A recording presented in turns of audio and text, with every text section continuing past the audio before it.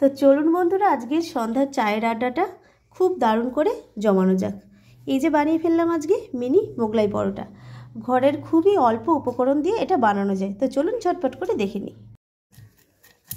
নমস্কার, কেমন আছেন সবাই? আর মধ্যবিত্ত গৃহবধূ চ্যানেলে সকলকে স্বাগত জানাই। তো আজকে বানাবো একদমই একটা ইউনিক রেসিপি। তো সবাই খেয়েছেন, কিন্তু এটা একটু অন্যভাবে বানাবো মিনি মোগলাই পরোটা। তার জন্য কিন্তু আমি এখানে আদা আর রসুন সুন্দর করে একটু কুচিয়ে নিচ্ছি। নিয়েছি একটু কাঁচা লঙ্কা কুচিয়ে, আর এই যে পেঁয়াজ। কড়াইতে অল্প ঘি দিয়ে দিয়েছি, আর এই যে করে নিয়েছি বিস্কুটের গুঁড়ো, মানে টোস্ট বিস্কুটের গুঁড়ো। ঘিটা গরম হয়ে গেছে, দিয়ে দিলাম আদা রসুন কাঁচা লঙ্কা কুচি। এবার দিয়ে দিলাম বিস্কুটের গুঁড়ো। এটাও কিন্তু সুন্দর করে একটু ভেজে নেব। অবশ্যই কিন্তু একটু হলুদ দিয়ে দেবেন আর একটুখানি লবণ। এবার একটা থালায় নামিয়ে নিয়েছি। দেখতেই পাচ্ছেন কালারটা কিন্তু খুবই সুন্দর হয়েছে, আর গন্ধটাও কিন্তু সত্যি আলাদা। দোকানে কিন্তু এরকম করে করে না। ঠান্ডা করে নিয়েছি। এবার চলুন ময়দার লেচিগুলো করে নিয়েছি। এবার এটাকে কিন্তু আমি বেলে নিচ্ছি। যেমন রুটির লেচি কাটা হয় ওরকমই কিন্তু কেটেছি।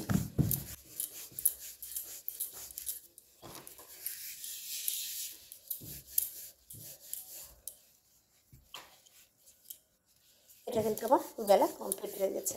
চলুন আমি সবগুলো লেচিগুলোকে বেলে নিই। তো বন্ধুরা, সবগুলো কিন্তু আমি বেলে নিয়েছি। চলুন এবার শুরু করে দিই। এবার একটা ডিমের মধ্যে পেঁয়াজ লঙ্কা আর যেটা বানিয়ে রেখেছিলাম বিস্কুটের গুঁড়ো, সেটা দিয়ে সুন্দর করে মিশিয়ে নেব।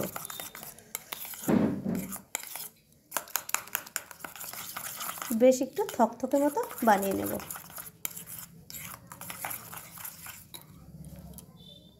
সুন্দর করে তো মিশিয়ে নিয়েছি। এবার একটা কথা বলি, যেহেতু মিনি মোগলাই সেহেতু কিন্তু আমাদের পুরো একটা গোটা ডিম কিন্তু লাগবে না। বড় হলে লেগে যেত। দোকানে দেখতেই পান বড় মোগলাই কিন্তু লাগে। তো দিয়ে দিলাম মাঝখানে একটু লম্বা আকারে। এবার এই যে পাশে এটা দিয়ে দেব। এবার কি করব, চামচের এই যে লেগে আছে এটা একটু দিয়ে দেবো। যেহেতু ডিমের গোলা এটা, সেহেতু কিন্তু খুব সুন্দর করে আটকে যাবে। ব্যাস, এটা দিয়ে দিলাম। এবার এখানেও যেহেতু আটকাবো, এই যে পেছনে করে একটু নিয়ে এখানেও কিন্তু লাগিয়ে দেবো। বেরোনোর কিন্তু কোনো সম্ভাবনা থাকবে না। এই যে দিয়ে দিলাম। এবার এই পাশে এরকম করে একটু চেপে দেবো জাস্ট হাত দিয়ে। এটাতেও সেম একটু ভরিয়ে নিলাম। এই যে লাগিয়ে নিলাম। এই যে আরামসে কিন্তু এটা উঠেও যাবে।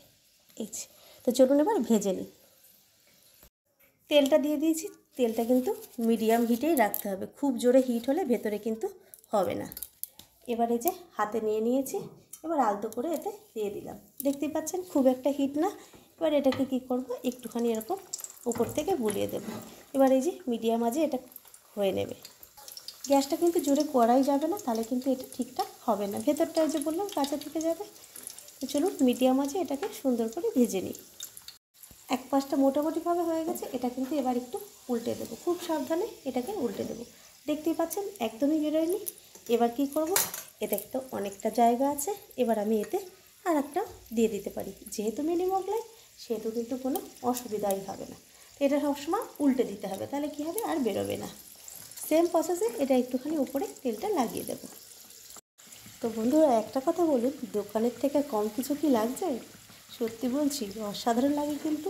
আর এতে কোনো রকম কোনো তরকারি লাগে না। ভেতরে যেহেতু আদা রসুন দিয়ে এটা ভাজা আছে, তরকারি ছাড়াও কিন্তু সুন্দরভাবেই খাওয়া যায়। টমেটো সস দিয়েও খেতে পারেন, আর তরকারি দিয়ে খেলে খেতেই পারেন।